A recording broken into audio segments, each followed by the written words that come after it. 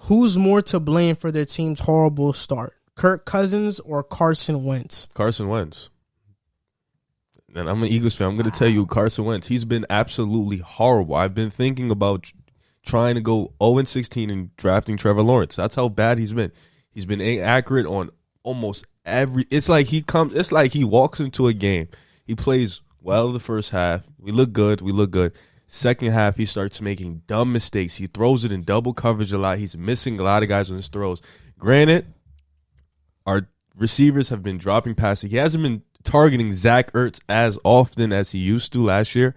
But Alshon Jeffrey, he just got healthy. Deshaun Jackson got benched last game. Jalen Reagor, he went out. We didn't have Lane Johnson for a couple games. Brandon Brooks is also out for the year, so we didn't have him. We have two guys who are a year or second-year players in our offensive line. So there's also been a lot of that, but at the same time, we played the Redskins and we played the Rams. So the Redskins was a game where we should have – they're good, but we should have won that game. And then the Rams, I feel like, was a winnable game too. But it's been Wentz, bro. I can't even explain to you how it's been Wentz. He sucks. I thought it was crazy when us Jet fans were talking about potentially tanking for the number one pick and drafting Trevor Lawrence, but I have never heard an Eagle fan say that. Yeah, that's the first. I mean, he was an MVP. Wentz was an MVP candidate the last time. Before I do that, I'll let Jalen Hurts play. Yeah. I forgot we had him. Spent a second-round pick on him. Honestly, he just made second string. So he no cap. He literally just got promoted second string. So I would play him. Play him. What's the worst that can happen? 0-2. Play him. This is why it's not Kirk Cousins. This is why it's not Kirk Cousins. Okay. I feel like Kirk Cousins gets blamed for everything. He loses on he loses on primetime TV. Oh, it's Kirk Cousins. It's that. Okay, but look at this. The Vikings secondary is depleted. They lost Mackenzie Alexander, Xavier Rhodes, Trey Waynes, right? They replaced him with, I think, a rookie. I think two rookies and like Mike Hughes, who's like an average corner at best, right? Yeah. And then you lose Everson Griffin. Try to replace him with Ngakwe. And Michael then you Pierce lose, is out for the year too. I think you lose Linval Joseph. You try to replace him with Michael Pierce. Michael Pierce opted out for the season, and then you lose Stephon Diggs. I mean, Stephon Diggs is granted though. Jefferson has been playing good. Yeah, Jefferson hasn't been playing that good. The rookie, he's been playing really good. I mean, maybe it was one game. I've been watching the games, and he has not flashed once. Like I've not looked at the game and been like, wow, Justin Jefferson is balling. I could be talking about the wrong person. Thielen's also having a really good season for himself. Yeah, he's that pretty good, but role undisputed. This is what I think. It's like, okay, you lose Daniil Hunter for a couple weeks. He's on IR right now. And then your only proven receiver is Adam Thielen. Last year, he played 10 games and he barely cracked 400 yards. Now you're counting on BC Johnson and Justin Jefferson, a really skinny slot. Hey. You know, he was great. He was great in LSU, but I don't see him like being that great of a pro. I have receivers over him: Jerry Jeudy, CeeDee Lamb, Laviska Shenault, Henry Ruggs. I like even a guy like Brian Edwards on the Raiders right now. Like I think he looks better than him. So I think Justin Jefferson, he got a lot of hype coming out of LSU because he played with Burrow. He played in a national championship game, but everybody knows that was Jamar Chase. Like Jamar Chase was that primary option that took the attention from the defense, allowed Justin Jefferson to get open. In the NFL, it's not so easy. When you're really skinny, it's hard to really get open. And you're not that fast. Justin Jefferson isn't a speedster, so he can't really get open. Then you look at the Eagles. I mean, what doesn't Carson Wentz have? Like, we talk about these offensive line injuries, but this year, for the first two games, this is Wentz's lowest pressure rate of his career. The two, I think, look, like, Lane Johnson is winning 100% of his pass blocks. He's only played one game, though. The fourth-round rookie, Jake Driscoll, is winning 100% of his pass blocks as well. Nate Herbig, I don't even know who that is, but he's winning 96% of his pass blocks. Then Jason Kelsey's winning 96% of his pass blocks, which is top 10 for centers in the NFL. So he has an offensive line. You have Goddard. You have Ertz. Deshaun Jackson is healthy. I don't think he's playing that well, but he's healthy, right? Benched week 1. 12 for 131 and a touchdown is what he's done this year. Wentz has also been sacked 8 times, though. So as much as he's had time. That was in one game. But I think those sacks, obviously it was pressure on him, but I think a lot of those sacks are him putting himself in those situations to get sacked. What? Because if you're gonna get sacked, you gotta throw the ball away. I mean, if nobody's open though, like if you're trying to make but not throw it to him. His receivers are bad though. But you have to throw the ball away. Like you just can't take sacks. Like I guarantee you, most of those sacks aren't because he was blindsided. It's probably because he held to the ball too long. Some of them were blind. It was like a mixture.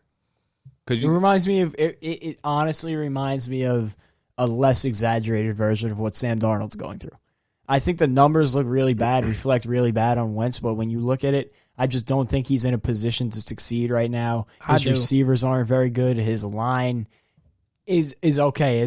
Obviously a much step above the Jets, and his run game hasn't been great. I mean, Miles Sanders, he's been here and there, but he hasn't been what a lot of people have expected him to be this season. So as much as he's in a better position than Sam Darnold, it's a similar spot where nobody's really producing around him.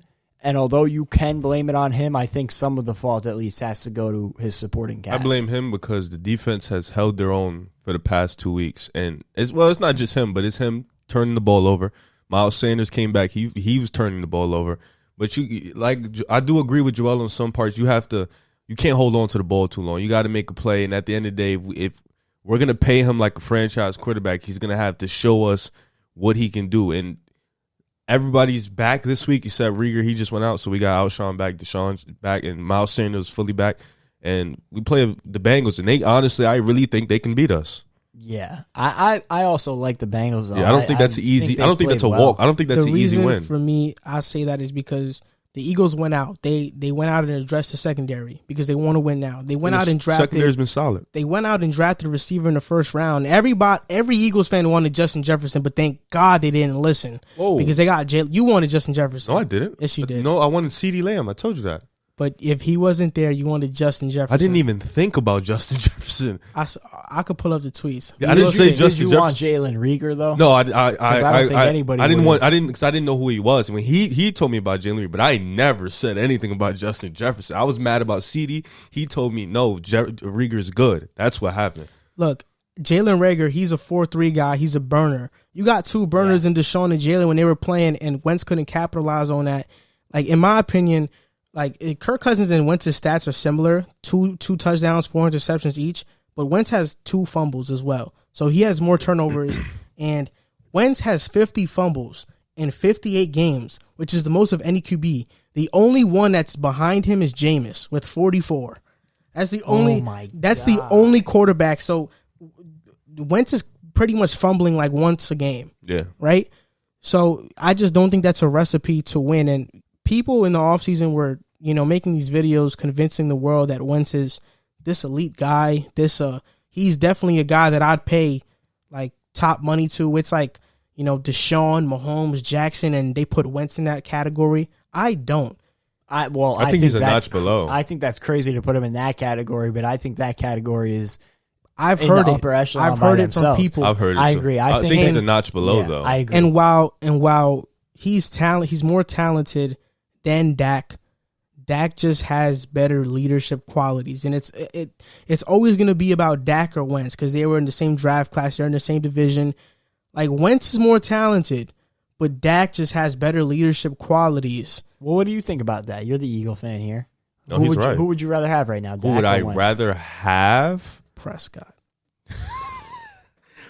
Who would I right now, or you just talking about in general? Like if I had to look at both of their careers. No, I'll say right now. Oh, right now I would take Dak. But Dak. If you look at their careers, you would say Wentz? I would say Wentz just because I don't think that year we won the Super Bowl, Dak was going to take us 11-2. So I can't go back and take that year back. It's hard to erase that. Yeah, MVP I can't. Season. But I do think it's a lot. Like I think that career-wise, I think it's a lot closer than people make it seem. I think Dak has been healthier, so I would always want the mobile, the healthier guy. Dak has always been healthier, but I do feel like in their careers, Dak has had, for the most part, the better team. I guess now Eagles fans understand why Jalen Hurts was drafted. Because if Wentz keeps playing like this or he gets hurt, it's Jalen Hurts' time, and we'll see what he's going to do. That would be such a setback for them, though. And it's my same thing about I feel like we're talking about the Jets here because it's the same way I feel about Sam Darnold. Is as much as I can see it coming, it would just set us back so much to have to draft Literally. a new quarterback and start over, or for you guys to have to start over with Jalen Hurts. And we just paid him $35 million. Exactly. And if we're talking right now, I think I agree with you guys. Carson Wentz is the most to blame through these first 2 weeks. Yep. But if you asked me who do I think is going to turn it around or who I would put my money on to turn it around, I would say Carson Wentz. I'm not a huge Kirk Cousins fan. And I think I'm that not either. with the Eagles' injury situation getting better throughout the season, hopefully, I think that Carson Wentz will be put in more of a position to succeed, and I think that he will find his footing. Hello, guys. You just watched a clip from Pick a Side. If you like our content, please like and subscribe and share our content across every platform. It helps us grow. Thank you for watching, and see you later.